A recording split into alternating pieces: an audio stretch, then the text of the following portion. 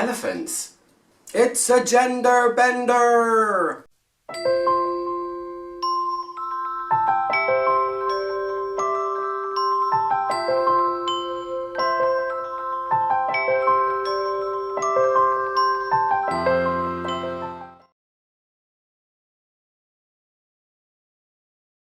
Hi guys, how's everyone doing? Good, I hope. Today I'm reviewing the fourth fragrance I've reviewed from this company. This is RHINOCEROS by Zoologist.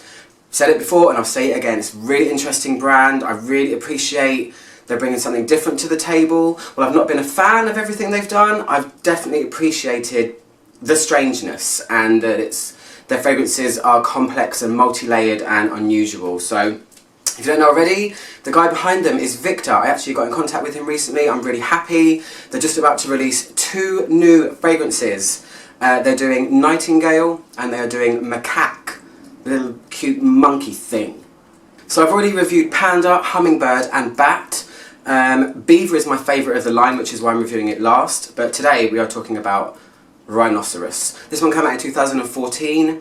I think there were 3 that came out around the same time as RHINOCEROS, Panda and Beaver. They were the first 3. So yeah, their animals are all based on perfumes, didn't you know? This one is themed all around RHINOCEROS, the big giant beast from the savannah. And yeah, this is really interesting. This one seems to be the fan favourite. It seems to be the one that gets the best reviews, and I can see why. Man, does this one take you on a journey. I mean, they all have done that, but this one really does. It's really, really good. So, let me read you the notes. I've been wearing this for 2 days to get quite a good feel of it. Oh, let me just quickly show you the cute rhinoceros on the front. When I say cute, he's almost like a army general rhinoceros. Can you see him? Looking very serious and very tough. I mean, he wouldn't be cute, would he? Rhinoceroses don't seem to be. Rhinoceroses? Rhinoceri? I don't know. Anyway, the top notes are rum, bergamot, lavender, Elemi, which is a resin, a very light resin though, Elemi. It tends to give a kind of light citrus floral resinous tone to a fragrance. Sage, Armoise, I don't even know what that is. I should know what that is, but I don't. I will probably paste something below. And then Conifer needles. The heart notes are tobacco, cedar, geranium, pinewood, Agarwood, which is also known as oud, and Imortelle, which is a flower that gives off a kind of curryish, dry kind of odour. And then the base notes are sandalwood, amber, smoke, Vētiver, musks and leather. Whoa! I mean, these fragrances, if you've watched my reviews before, they come with a very complex and wide array of notes. So you never know what you're going to get. I mean, when you read them, you think, okay, I can't even guess what that's going to smell like. And that's part of the reason why I think I kind of respect this brand quite a lot. As with all the others, there are some things I don't smell at all and some things I do. But I reckon that they're so complex that just try it on your own skin to see, because you just never know. Yeah. So I'll read you the little description about what they say about this fragrance. It says, RHINOCEROS Eau de Parfum establishes itself with a dry, slightly boozy rum note, like heat shimmering on the still savannah. The air crackles with lavender and sage. A warm breeze carries the scent of leather and rich tobacco. In the distance, a rugged, dignified behemoth contemplates the vast expanse, while amber, Vētiver, smoke and sandalwood drift on the horizon. So, I'm actually wearing it now as well, but I wore it all day yesterday too, and I tried it out a few times before that. So this really is a journey, this one. In the same way that Bat was. It really took you into the cave and stuff like that. This one is so extraordinary to me. Wow. So the opening is really juxtaposed, but it works. What you first hit with is, to me, a huge note of Vētiver, and a boozy rum note. So you can really kind of smell the dark liquor element in there. It's like a very dark rum, boozy kind of Vētiver leather. Those are the main 3 things that I get straight away.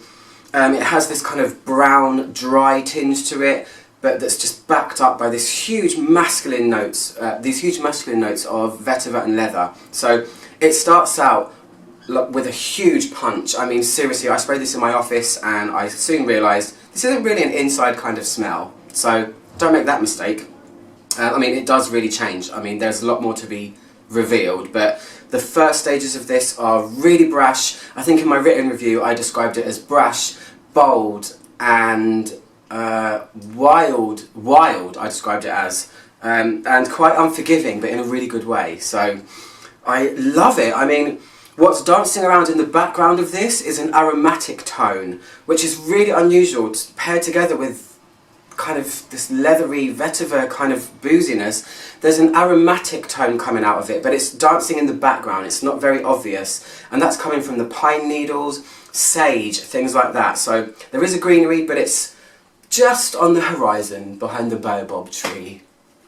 The oud in this is extraordinary.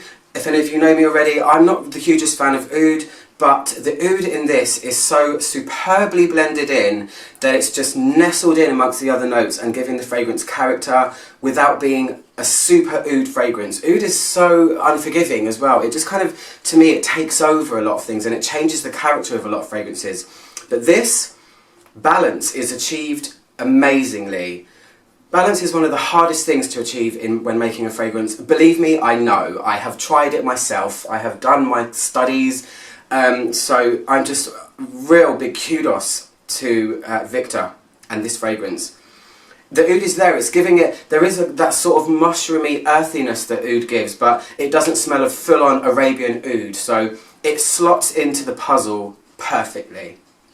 So when this starts to dry, this starts to go in a completely different direction, and I was so surprised when this first started to happen. I was going, is that me? What am I smelling? And I realised that it was coming from me. It was really bizarre. So the wet stages are the brash, wild, unruly side, but then when it starts to dry, what starts to be revealed is a very sensual and soft sandalwood and white musk. White musk is a big player in this for me. The description says musks, but I really, really smell white musk in this, and it goes from being this huge beast to something a lot more soft, something a lot more calm. The Vētiver holds on quite a lot. The Vētiver is, to me, the main backdrop of this, the Vētiver kind of leather combination. It is the main backdrop, but surprisingly enough, the softer notes do start to prevail when it's kind of in the middle stages of wearing. So you start to get this feminine tone coming through. That's why I say it's a gender bender. What starts out as something wild and unruly and masculine and leathery and husky and earthy starts to become sensual. And white musk is very clean, very dainty, very light, very pure smelling. And the way it transitions is perfect. It's like they reveal themselves at the perfect moment and in the perfect amount, which is why I give this fragrance huge props. Oh, I didn't say thank you to Neil Atkinson. Thank you, Neil, for sending me this ages ago. Too very kind, sir. Too very kind. So you'll start to notice a change of events. It's kind of like this, I said in my written review as well, it's kind of like the serene after a stampede of rhinos has come through. So, yeah, I never really get anything smoky from this. I don't ever really smell geranium. There's a lot of things that I mentioned before that I don't personally get. I'm just going to give you the main things that come out on my skin.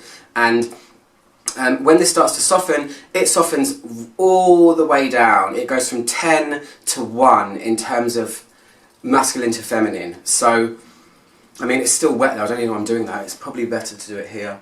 Right here, it's so pretty. It's almost like, I can't even describe it. It's almost like a veil of fragrance on your skin when it's dry.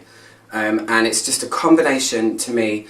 Sandalwood comes first. That's what starts to peer out from behind all of this craziness. And then once the sandalwood kind of gets to its level, then the white musk comes through as well. So bizarre. It's a real journey, this one. It really, really is. But it ends up being, and I'm not going to go on too much more about it, it ends up being a very, very pretty and kind of feather-light white musk and sensual sandalwood fragrance. So that's all I can say. Apart from it lasts forever. I sprayed it on at 7:30 in the morning yesterday, and when I got home in the evening at 6, I was still getting wafts of white musk. White musk is the final trail, but the sandalwood is kind of there for the couple of hours before as well. So, as usual, really long-lasting fragrance, but it really is a developer. It really is a morpher. I absolutely love it. I'm so glad I got to try it. So I'm so excited to try Macaque and Nightingale. I mean, super excited. And I will be reviewing Beaver soon, because that's my favourite one of the line so far. So anyway, I'm up to someone oak. Remember to subscribe down there, and I'll see you guys soon for another review. Goodbye.